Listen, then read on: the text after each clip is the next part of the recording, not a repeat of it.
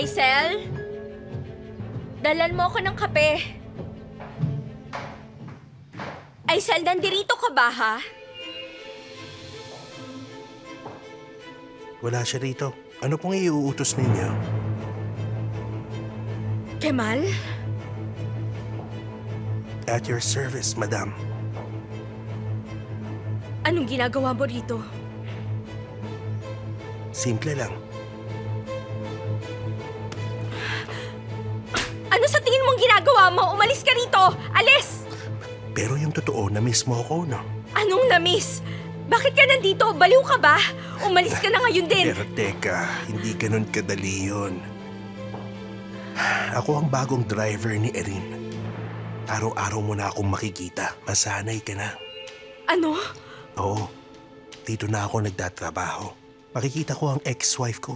At baka pwede tayong mag-catch up, no? Kemal! Huwag mo akong galitin. Umalis ka na rito ngayon na! Bakit galit na galit ka? Huwag mo sabihin hindi alam ni Halitang. Oo nga naman, ba't di ko naisip yun?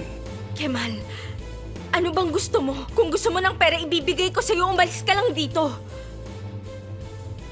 Ang bilis mo naman masanay sa pera. Totoo pala. Kemal, ano ba talagang gusto mo?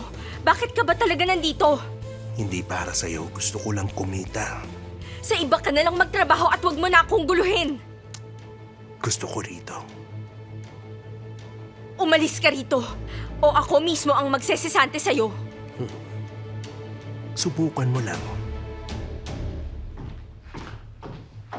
Kemal? Kemal, hinahanap kita ron. Namali yata ako ng pasok. Di na mauulit, Miss Yildiz. I'm sorry. Good day.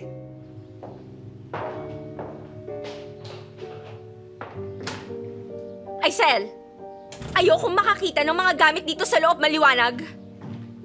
Opo, masusunod po, ma'am.